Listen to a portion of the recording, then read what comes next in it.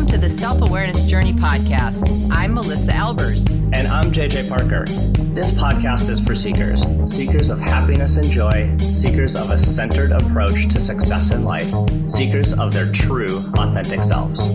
Get ready for some real talk on everything from anxiety, emotions, and habits to love, compassion, and forgiveness.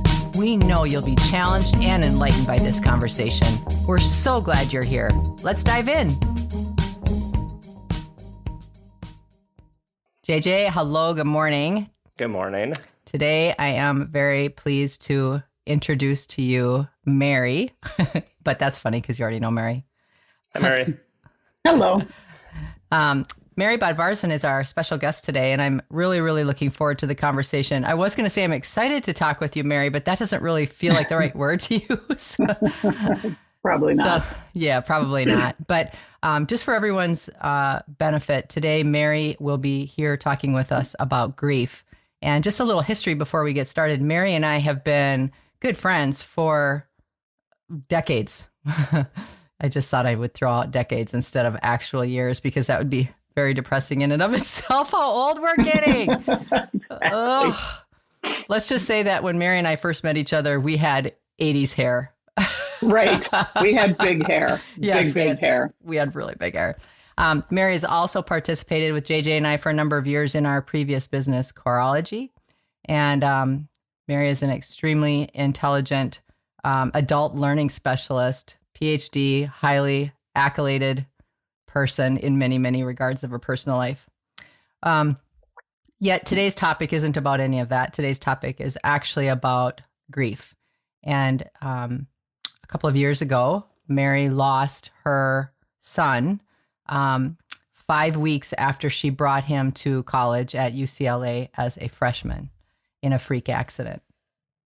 And it has thrown Mary into a completely different kind of research life, a different kind of period of her life completely. And as Mary listens to our podcast, she reached out to JJ and I, and she said, I really think that you guys ought to be talking about grief. And I was surprised that you were wanting to do that, Mary, on one hand, and then another way, I wasn't at all. But as you began to talk, it really made sense. And I began to get very, I got really excited about what it could do for other people in this topic. So thank you for being here. I probably did kind of a botched introduction for you, but you're used to me making egregious errors. So let's just talk a little bit. I'm curious as to why you reached out and wanted to talk about grief. Yeah, well, thanks for that introduction. Yeah. There is one interesting thing that you said in the introduction that you saw me make a note about. And it's something that we'll probably talk about at some point during this call, but you said a couple of years ago. Mm-hmm. And technically, I guess that's correct, because Hans died in 2020, but it's just 15 months. Yeah. And right. For me, that's a huge difference. But that is something that even the transition from 21 to 22, 2021 to 2022, it comes with minefields that I didn't expect. So anyway, I'm just going to point that out. Thank you. But the reason I wanted to talk about grief and thought your platform was a natural spot for it is because, grief is really all about the human experience. I mean, everybody will experience intense grief at some point in their lives if they haven't already.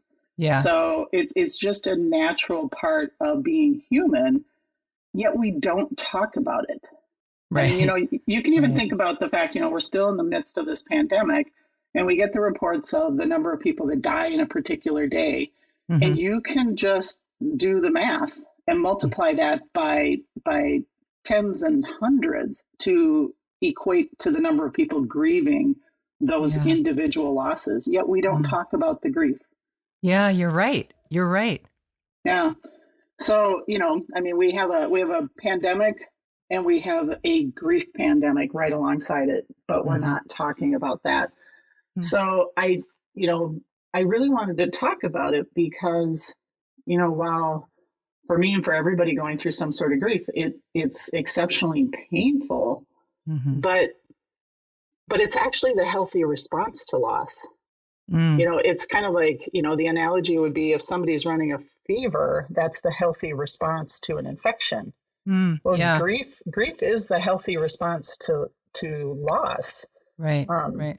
Yet we try to ignore it. We try to rush our way through it. We try to just make it go away. Mm-hmm. And I'm learning for myself personally, that's not healthy. Yeah. To do those things. That's such a good perspective, and I'm in complete alignment with that. And I would say that as human beings, it seems that we lump anything that has negative connotation or negative emotion, we try to shove it out of the way too, because who wants to deal with that? Right. That's not pretty. That's not easy. That doesn't feel good. Right. So there is just a natural, and I think as a society, we haven't been educated about how to manage or experience or feel grief at all, particularly when it's around loss because of death. Right. Yeah. And I wholeheartedly agree with that. And I would add to it that yes, we don't know how to navigate grief as the griever. Nor do we know how to navigate grief as the supporter of somebody going through a tragic loss. Yes. And so, so one of my reasons for wanting to talk today is that to kind of open people's minds to just additional ways they could support someone, but also, additional ways they themselves might find ways to comfort themselves or something like that. Right. I love that. And it kind of leads me to a question, and that's one piece, but what do you hope can happen as a result of today's conversation in alignment with that? So not only hoping to show someone grieving ways in which to do that, what are some of the other things that you're hoping? Thinking about the person who's experiencing a significant loss, the griever, I'll call that person the griever. I hope that if somebody's listening to this who is a griever, that they realize they're not crazy. Because holy cow, in an intense grief experience, there are times where you think, I have lost my mind. I will not recover from this. I am certifiably crazy. So just to help people who are grieving understand some of the natural twists and turns that come in a grief experience. Yeah. And then at the same time to help the supporters, those people who really want to help someone, actually even provide, tactical ideas. I mean, concrete things they could do, but also ways that they could be that make a difference. I think that's a really good, I'm really looking forward to that part of our conversation, because even in our experience, me and you, knowing each other for as many years as you have, there are so many moments where I feel completely speechless, and I know that so many share that, where it's like, I so desperately want to say the right thing. I so desperately want to be of support. And then there's like this little fear that pops up. Oh my gosh, what if I say the wrong thing? What if it's terribly wrong? And so, yeah, I think that's a really, really poignant part of our discussion.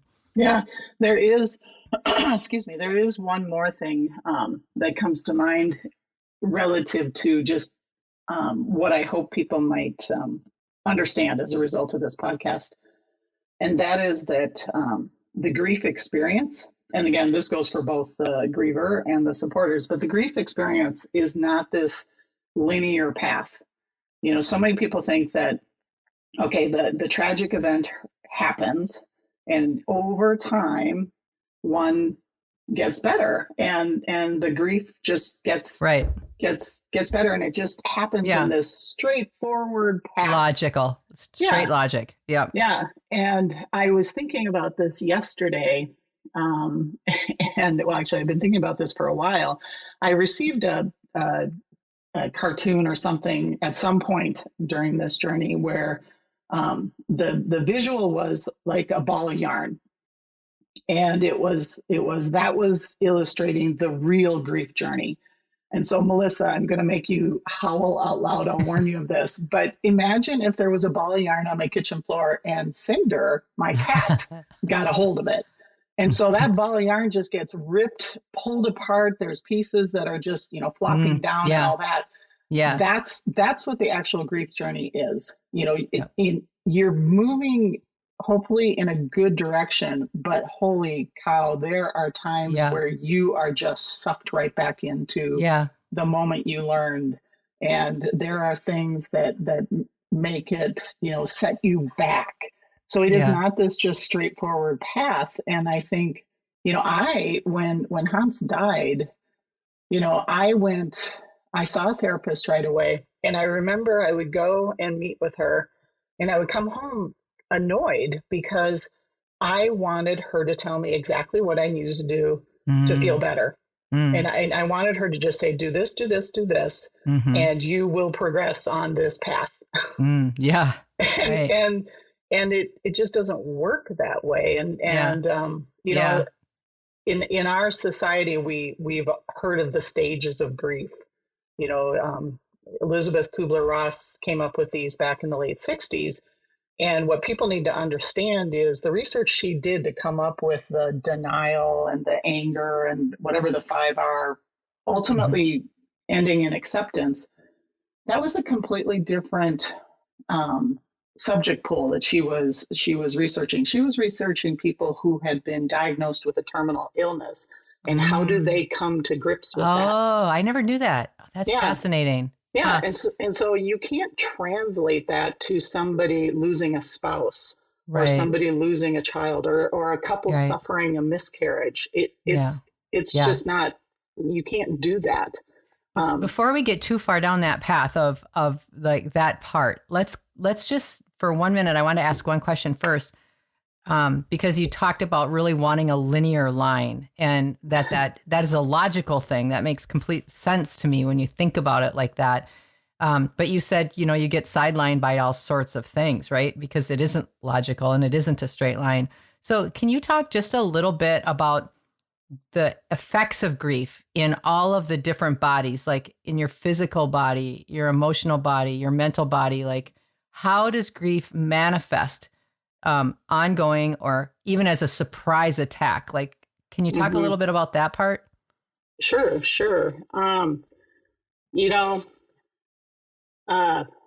Physically, I can report that there is such a thing as a broken heart. Because when Hans first died, and you can hear it in my voice, my voice has changed. So there's another physical manifestation. At times my voice isn't as strong because I'm not physically feeling as strong. Right. But when he first died, probably for at least the first 3 months, if not longer, because it was well into the new year, and he died on October 24th, I truly felt like my heart was broken. I mean, I literally felt a physical kind of stabbing pain in my heart. And then there were times where I felt like somebody had put a brick on me and was pushing down on it. And bear in mind, this was in the height of the first round of COVID, meaning this was in the winter of 2020, 2021. So I would think, oh my God, I've got COVID now. And we weren't going anywhere. We weren't, it wasn't COVID. It was a broken heart. Yeah. So I can absolutely attest to the fact that is a legitimate physical response to intense loss. But I think the big thing about grief, relative to all 3 components you asked about, is grief is utterly exhausting. I mean, if there could be a word that really describes exhaust to the nth degree, that's the word that should be used. It is so exhausting.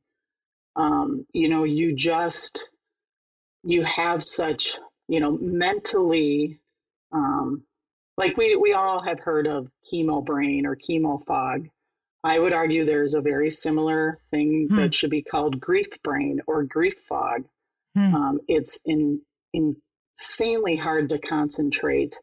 And if you can't concentrate, you can't pay attention, you can't, retain memories. Yeah. So it's really hard to remember things. I mean, I think back to last winter, and it's almost like I'm looking back at a video that's kind of blurred. I can't quite remember. I remember distinct things like what we did on Christmas Day, but the whole day is a bit of a blur. It's so mentally it's very hard. And speaking about our brains, our minds, our thought processes can be both kind and cruel. Yeah, I was going to say, I bet you there's a bunch of sneak attacks too when it comes to grief ongoing. Yes. And that's how I feel they should be called, as sneak attacks, because when I lost my grandmother who raised me like my mother, that's what happened with me. I had like these moments where I would start to feel slightly better over several months. And there was a whole bunch of emotions with that too. But I remember these sneak attacks where I would drive by something and see something, or I would have a memory that would shake me to my core. And it was just, it brought everything so immediately back to the present that it felt like a sneak attack. Yeah. Yep. And I think people who lose somebody through some sort of a tragic event, a car accident, Hans's accident, somebody who is in the joys of giving birth and something goes horribly wrong, those sorts of just tragic types of losses. What I have found happening for me is I will relive the accident. And I wasn't there. Hans fell off of the roof of his apartment building, fell basically 6 stories. So I wasn't there. I know the circumstances to how that came about. And one thing that both my husband and I experienced from the get-go was constant replaying of that in our minds, where it was just constant and you couldn't shut it off. And in particular at night, when you wake up at night, I used to teach a class on the psychology of sleep. I know exactly what happens at night when you wake up in the middle of the night. Your prefrontal cortex is offline. The amygdala, the emotional center of your brain, is firing on all cylinders. So people who go through something like this, it is completely normal that when you wake up in the middle of the night, you go right back to that most horrible incident and you replay it, because your brain is still trying to make sense of it, and it's in the emotional center. So that's the mean side of the brain. The other side of the brain that helped me in the first 2-3 months and still helps me today is I don't look to future events. I don't even look to them. I don't think about them. I don't let my mind go there. And so I'll give you an example. And Gunnar, our other son, our older son, he and I were sitting in the basement last December, and I said to him, I just really, when you lose one son, you become super paranoid about the health and the other one. So I was sitting with Gunnar and I was just trying to talk with him about how he was doing. And he said, Mom, I've heard you tell people what you're doing to get through, each minute or each hour or each day. And he said, I do the same thing. And that is, I don't think about Gunnar's wedding because Hans won't be there to be his best man. I don't so all the significant events, right? Yep, I don't think about, June of 2020, 4, the year that Hans would have graduated from UCLA. I don't think about those significant events, because if I did, I would swirl into a bad moment. So the brain is good and bad. Emotions, as you guys know so well, are so much a driver of what we do and how we experience things.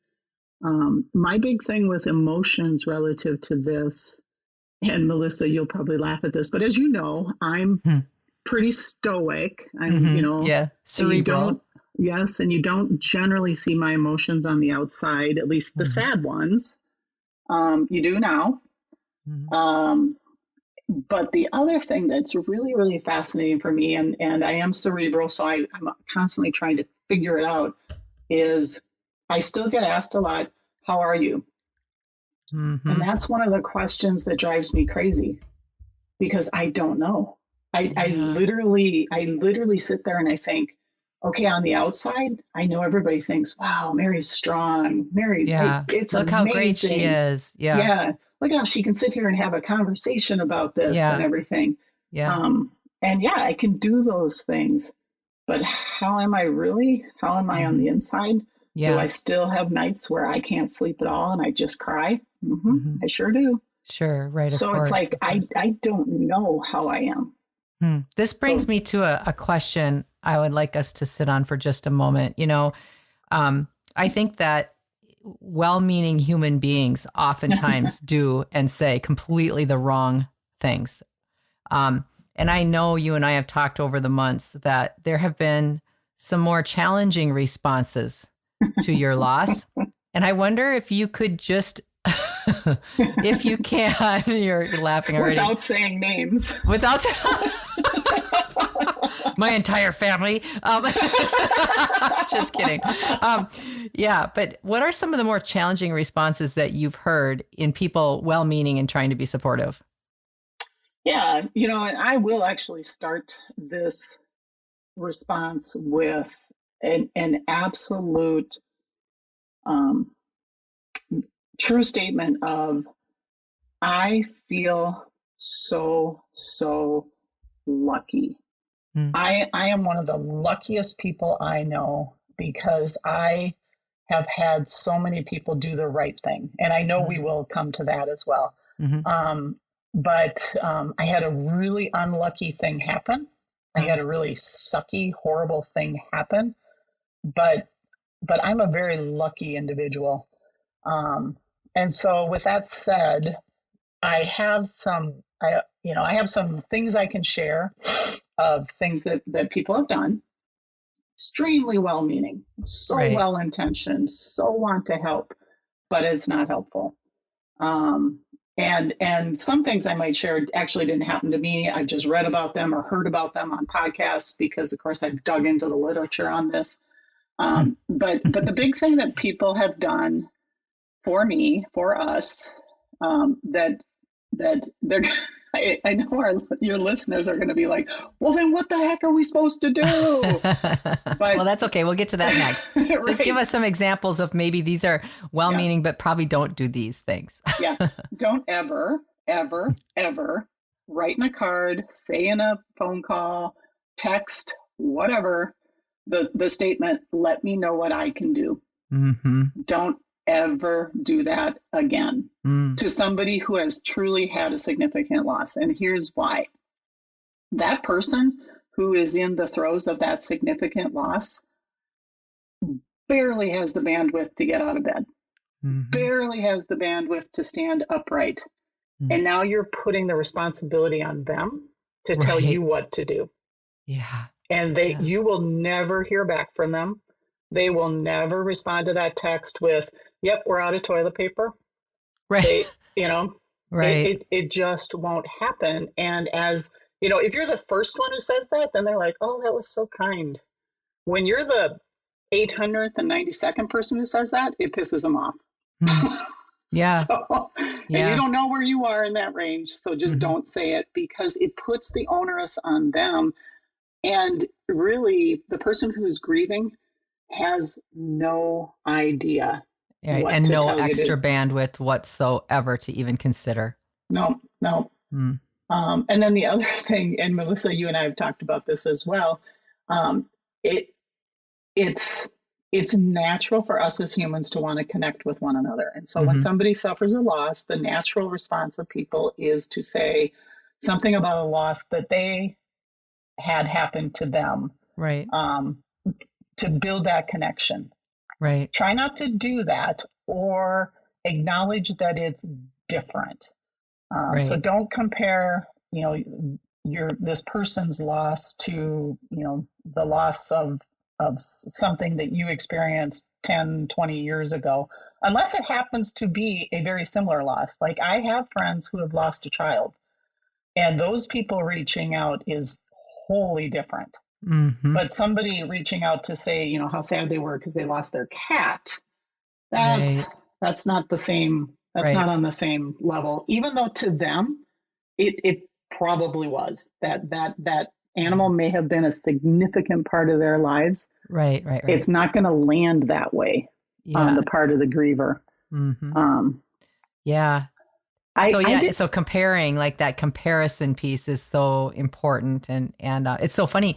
I was just talking to JJ yesterday. I ran into Lunds, and one of my really good high school friends runs a big part of Lunds, and she was there, and I was so happy to see her. I hadn't seen her for months and months, and she too lost a son, and now she is on year 7. And I always just say, and what's new with you? And, what's going on with you? And she had found a new grief group in Monticello. Oh, and I know the one. Yeah. And she said, what's so interesting is I couldn't find a grief group because the last one I was in, she said there were some people in there who had lost a child, and there were people in there who had lost their pets. So she used the exact same analogy. And she just said, I sat there and I just couldn't feel a connection. And part of me felt a little guilty about that, and part of me was kind of mad. And so she said that she was feeling so much better because she had found a particular group that was specific to parents losing children. Right. And so she made that exact same analogy that you just did right now, which is a synchronistic thing. Yeah. Yeah. That group is international. So, oh, interesting. Yeah. For listeners who care, it's compassionatefriends.org. So, oh, okay. Thank you for that. One of the other things that you had talked about that I think is significant, and we should bring it up, is a problem to solve. One of the things that you had commented on is that people treated this in a way that was very specific. Yeah. Yeah. And again, I was on the other side of this equation, up until October 24th of 2020. And so, we oftentimes look at grief as something that needs to be fixed. And so again, going back to my first meetings with the therapist, I wanted her to tell me how to fix it. And it's not something that we can fix. And so, people want to help, but oftentimes they want to figure out a way to solve that problem of grief. And interestingly enough, it was almost 11 months into my journey of having lost Hans. And I was meeting with my oldest brother and his wife for the first time because of COVID and yada, yada, yada. And my sister-in-law, we were walking to a restaurant, and my sister-in-law started crying. And she looked at me and she said, I am so, so sorry for what you're going through. And I know I can't fix it. And that to me was a light bulb moment. That, all the reading I've done, all the conversations I've had, I realized, I was like, that's it. And I told her then, and I told her later, that was the first right response I'd gotten. Well, it wasn't the first right. That's not fair. Right. But a really significant one that stuck with you. But it was a significant one that stood out because it's just, it's the reality of the situation. Like another like harder response that I didn't get as much. I got it in kind of subtle tones, but I know of people who, get the types of platitudes like, well, he's in a better place. It was God's will. You've still got Gunnar. Or, for people who lose a baby or a miscarriage, you can have another child. Those do not help. They feel so dismissive. It feels so dismissive.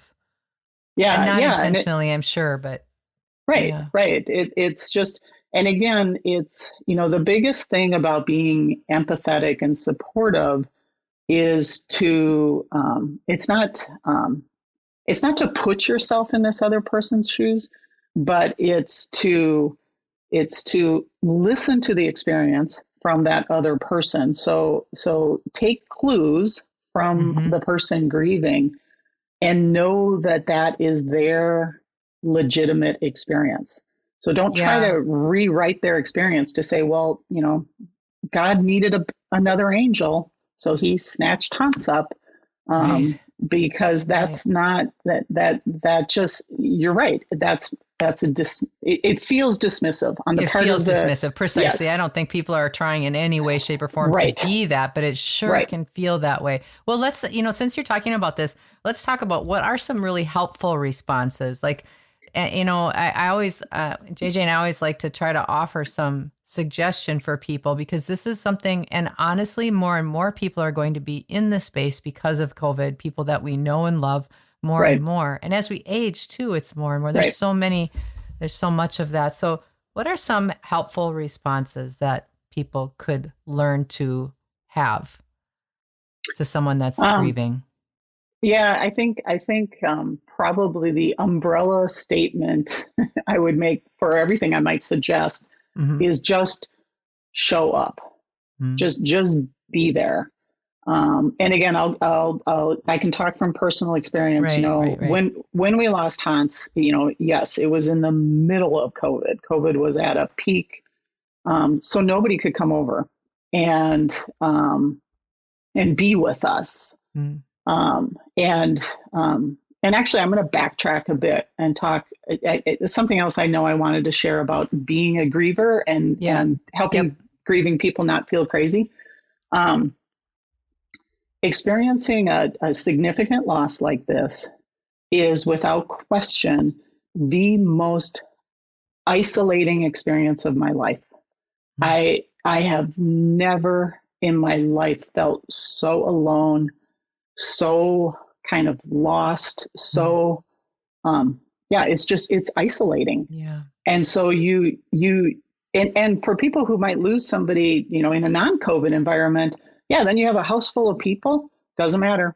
No, that person who's in that grief, they feel so isolated and so alone. And even when you have a partner, I mean, I have a loving husband who's on this journey with me.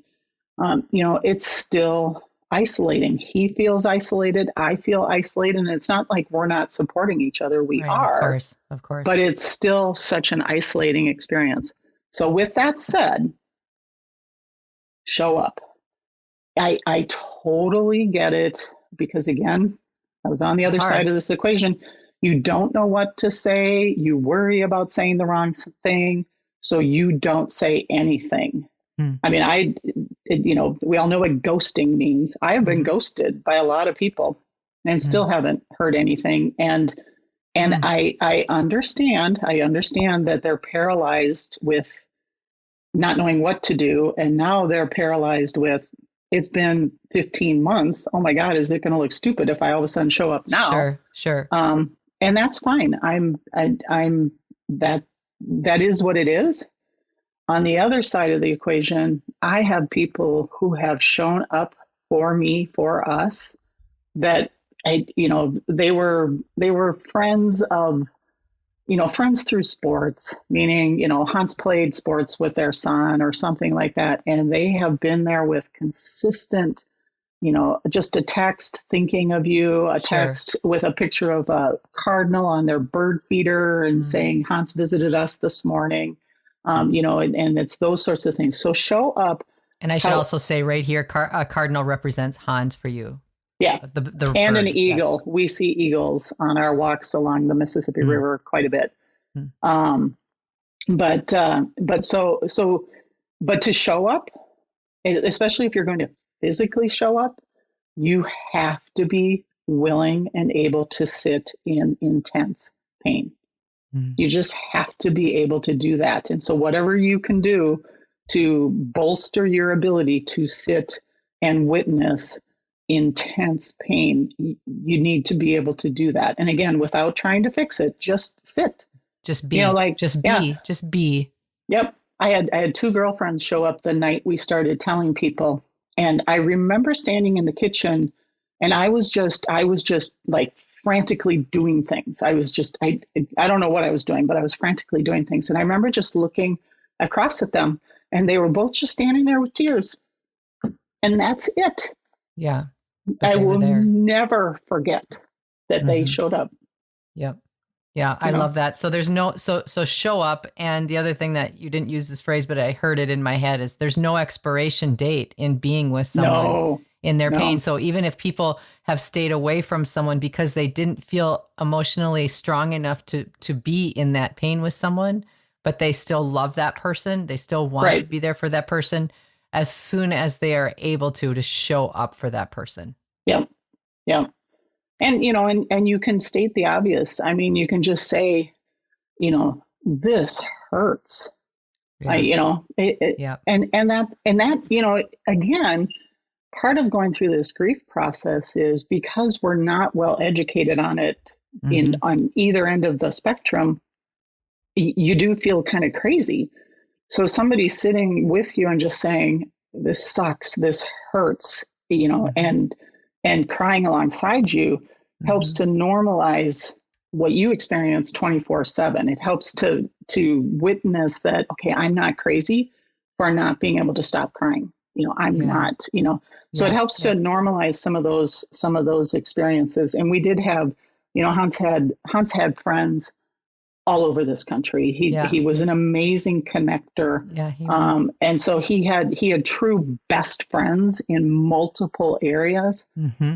Many best friends here in St. Cloud, but the two of them, he had done a senior road trip the summer before they all went off to college, and their parents were like, COVID be damned, we are coming over. And so they would come over and just sit on the couch, and the four of us, if it was just Ern and me and one of the sets of parents, we would just sit there and talk and laugh about something goofy that happened, and then a half second later, all four of us be crying. And that's that be there a person who's really grieving needs. And it was funny because one of the moms, Andy, would always apologize. And I was like, don't apologize, because it helps somebody who's grieving a loss to know that other people are grieving that same loss. Right. Which brings me to another point you and I have talked about a few times over the last several months, and that is still talking about the person. Oh my gosh. Yeah. Because, and that's, yes. That is a helpful response. So you're right in the same kind of bucket of what we're talking about.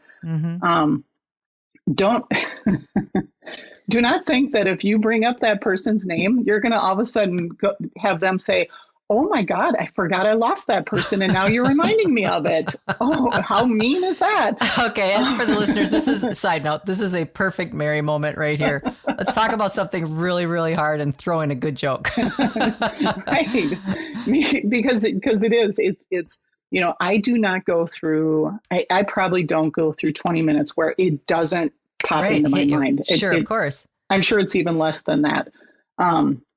So you will not remind. And again, like you said earlier, Melissa, there's no end time for this. I have a friend who lost her son. I think it's 30 years ago now. We could talk about him with her, and it's not that she's all of a sudden going to be like, oh, darn it. That's right. I forgot about that. Right. Yeah, So do talk about the person, because here's what happens when you don't.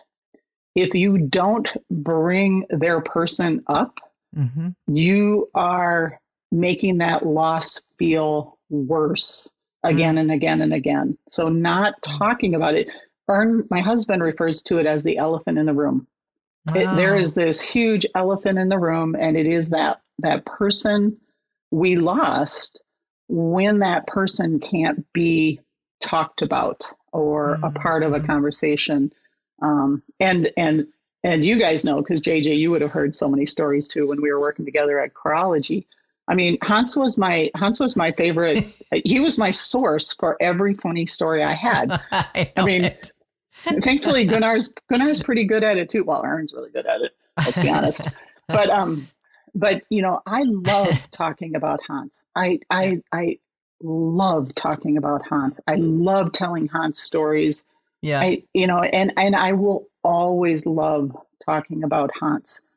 So he was your Jimmy Dean. He was your Jimmy Dean. Yeah. Well, yeah. Yes. James Dean, for those of you who are thinking sausages. James Dean. Sorry. James Dean. Yes. But yeah. Yeah, exactly. So really helpful response. Talk about the person who died. A loss like this is always present, so you're not bringing something to light that the person magically forgot about. But so for some tangible things, because I know one of your hopes was that the listeners could come up with some ideas or hear some ideas. Actually, I'm going to preface this with a message to the griever. One thing that was hard for me was to accept offers of support that were the more tangible types, because I would say, oh, we don't need that. We don't need that. And then as it turned out, they were absolute godsends, which I refer to as hunt sends. And so set up a meal train and do ask for permission, obviously. Right. But, just say, you may not think this right now, but having a meal show up every third night might be something you like. And if you don't, we'll stop it. Anything can get stopped. But so do things like that. Send frequent texts. Send a note with a favorite memory.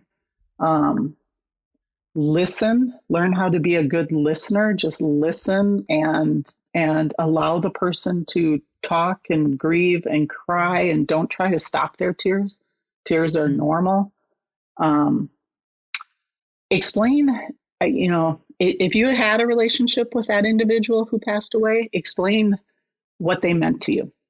We got, and again, this is where we were so lucky. We got texts from young men. We got letters dropped in our mailbox from friends of Hans's who told us what he meant to them. And I pull those out every once in a while, and they make me cry because he's not there to be that person for them. But they are so priceless. Incredible. Yep. Yeah. Priceless. I've had people, my friends up here know I'm an Aldi freak. I've had people text me from Aldi and say, I'm at Aldi. What do you need? And I've learned to say, yep, half and half, bagels, eggs, and right. So again, accept. On the griever side, accept.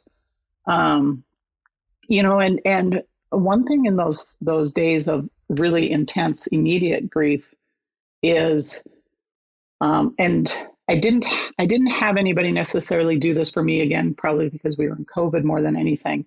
But just show up. And like I've heard of people having done this, where like show up, be sitting in your car outside their house and just say, I'll be outside your house for 2 hours. If you need a hug, if you need a shoulder to cry on, just come on out. Wow. And just sit there, just be there. So make those effort. It's effort. Yep. And make those experiences where you are showing up easy for them. So, if somebody's at the hospital and again, this isn't a non-COVID world, but, just show up in the lobby and send them a text and say, I'm in the lobby. They're there because their parent is on hospice. I'm in the lobby. Come down if you need a hug. Don't if you don't. I'll be here for 2 hours and, bring a book and read. So, those are really, really great ideas. Wow. Yeah. And it's just... It's the not showing up that is really painful. So just do what you are capable of doing, and do it. Yeah. And even if you may not feel totally equipped to do a good job with it, just do it anyway. I mean, yeah. I mean, we all have an ability to do something. Right. Exactly. Right. Yep. I remember, as we're recording this, I'm sitting in my office and I have two windows that face the front. And I remember I was sitting here working, and all of a sudden I saw a car stop out front, which hadn't been unusual during those first 3 months after Hans died. And somebody comes running up the steps and then runs back down to the car. And it was winter. So I had, we're in Minnesota. I had no idea who this person was because they were so bundled up. And so I finished what I was doing and I went to the door and there was just a bag with 2 bottles of red wine and a note saying, "I knew you liked red wine." And that was it. And it's those sorts of things that are meaningful. I have, and this, again, these stories just illustrate, my particular situation, but I did the Peace Corps and I had a Peace Corps friend send me a card where she said, in this country, in Western society, we don't know how to grieve and support grievers properly. And so she said, "I remember in my village when a mother lost a child and all the mothers from the village gathered around her and they wailed all night long." Oh. They just wailed and they just were in a circle doing this. So what happened? Oh, I don't know. It doesn't matter. What happened after that?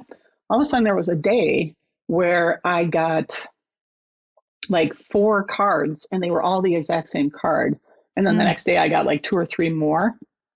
And they were a card that a bunch of Peace Corps friends of mine had all bought at Trader Joe's. So it was all the exact same card.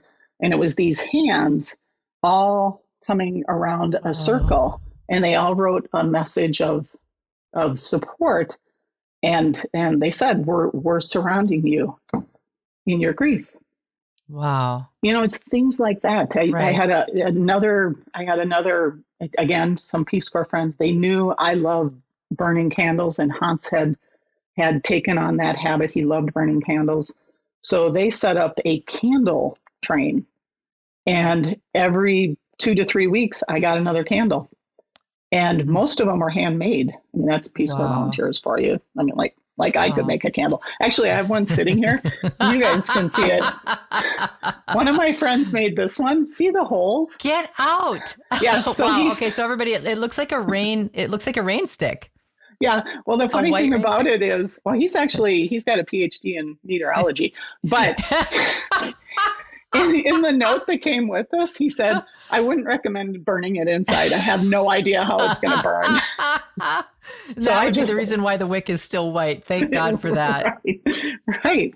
But yeah, so. Oh, well, I think this has been such a wonderful conversation, and I just marvel at your ability to translate your feelings into words and helpful, specific words that are really able to paint a picture of how it feels to grieve, and further to illustrate ways that we can help those that we love that are in a grief time, period of grief. I would just ask, is there anything else that I didn't ask you about, Mary, or we didn't get to talk about that you would like us to touch on before we end today's podcast? Well, you know me. Yeah. Well, you said something, your experience of running into your friend in Lund. Yeah. And it's been 7 years. That's what I would love as a takeaway for people. And again, the caveat is, I'm going to talk about me personally, but people who have lost a significant person in their lives. The grief will never end. Yes, that's true. You never stop grieving. There's no time frame. It's like, it's been a year. She should be doing better. She should be good. And so understand that for some people, there are, like, I'm finding year 2 to be harder, probably because in year 1, I was in such a fog. And, you worry so much when you are coming up to a milestone, coming up to Hans's birthday on April 14th last year. brought about, again, that mind, body, emotion connection, a lot of anxiety, a lot of fear, a lot of trepidation. And then Ern and I navigated that really in a great way to honor Hans. But, as you move into the second year, and I am anticipating, because I've talked to people, years out, third year, fourth year, fifth year, we're still grieving, but the reach outs, the questions are begin to diminish. Very diminished, extremely diminished. So, and again, this whole process is such a, it's such a dichotomy, because, it's, on the one hand, it's like, it's still ask me how I'm doing. And then on the other hand, I'm like, don't ask me how I'm doing. I have no idea how I'm doing. so I'm sure people that know me who may be listening to this are like, okay, so seriously, what are we supposed to do? But be willing to talk about it. Like I was on a walk with my walking partner yesterday, and, she was just acknowledging, I was telling her that we were going to record this podcast this morning, and she was like, she said, I still think of you. I think of Hans all the time. Yeah. Well, telling me that is extremely helpful, because, again, there's always this feeling of isolation and loneliness that comes along with a significant loss. And so if you can tell someone how you're still sharing in their journey, even though the journey is further out, you're still a willing and able participant. Yeah. That is a huge thing. Yeah. So that's probably one thing. And if I were to think of anything else, I think, when you do have a significant loss, there is such a thing that I would call secondary loss. And it is the loss of those relationships that, for whatever reason, that people couldn't show up. And I don't have the ability to try to fix that. I still don't have the bandwidth. Right. Yeah. There are, that's one thing that I think I would like to add, is just that understand that people who are grieving, no matter how far out from their grief, will still probably have some limited bandwidth for certain people or certain situations. And Ern and I are finding that very true, in that, it's like, if we were to like be in a social situation, we would need to be sure to drive there so we could leave. Yes. Yep. Because I remember that too. Yes. Yeah. It's exhausting to be with people. Yep. And along with that, we don't want people to stop talking about their, I have so many friends who have boys that are Hans's age. I don't want them to stop talking about how their young men are doing in college. Sure. But it hurts. It hurts because I will never have those stories related to Hans. Right. And so there's a component of it that hurts, but I don't want them to stop. Yeah. I don't, because if I stop hearing those, I lose the connection I have with Hans. Right. Because my connection with Hans is with those buddies of his. Right.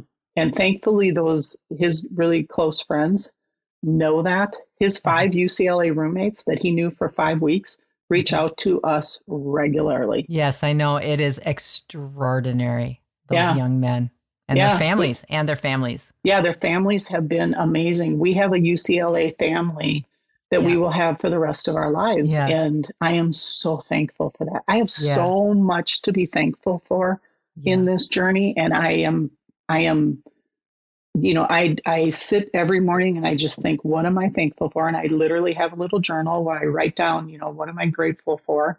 More often than not, it's strong coffee and a good night's sleep, because those are what help me get through a day. Right. But here's what I would end with. Be that person that helps that griever to say, I am so thankful. I've got you. Thank you, Mary. Thank you. Yeah, thank you. Did you enjoy this episode? Please go to your favorite podcast platform to subscribe, rate, and leave a review so others can discover it as well. Growing self-awareness is a lifelong journey, and there's always further to go. And it's better when we're all in it together. Please think of someone you know who could benefit from hearing today's conversation and share this episode with them. We can't thank you enough for listening. Until next time, happy exploring, Seekers.